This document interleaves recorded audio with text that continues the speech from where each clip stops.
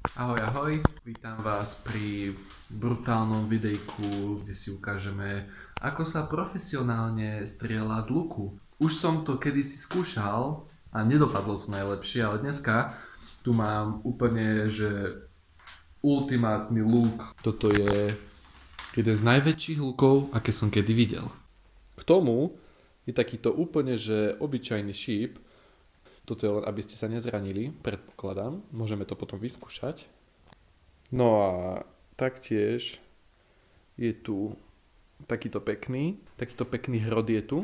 To je celkom luxusne ostré. Vyzerá to, že by to dokázalo urobiť takú dierku do prdelky. Takže toto je obyčajný slamený kotúčik, ktorý použijem iba ako terč. Nič nezvyčajné to nie je, aby som nemusel strieľať do ľudí, chápete? Are you coming to the tree? They strung up a man, they say who murdered 3.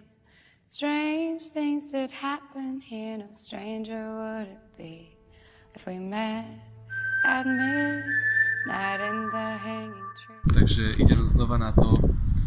Som niečo ako Katniss z hier o život.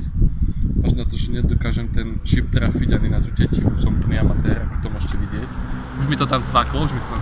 Mám aj túto amatérskú ochranu na ruky. A teraz sa na to môžete dívať. Ten cieľ sa hýbe, je to ako naživo.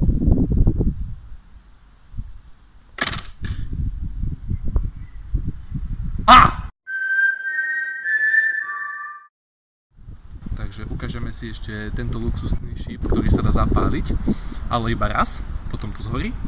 Ale trafíme tam ten biely štvorť, alebo nie, tam tú rozvodňu elektrínu. S tým sa nemôže vlastne nič stať. Tento šíp má zlú gravitáciu. Dobre, už vieme, že gravitácia tohto šípu nie je taká dobrá. Tak teraz to ukážeme znova, bude mieriť trochu vyššie.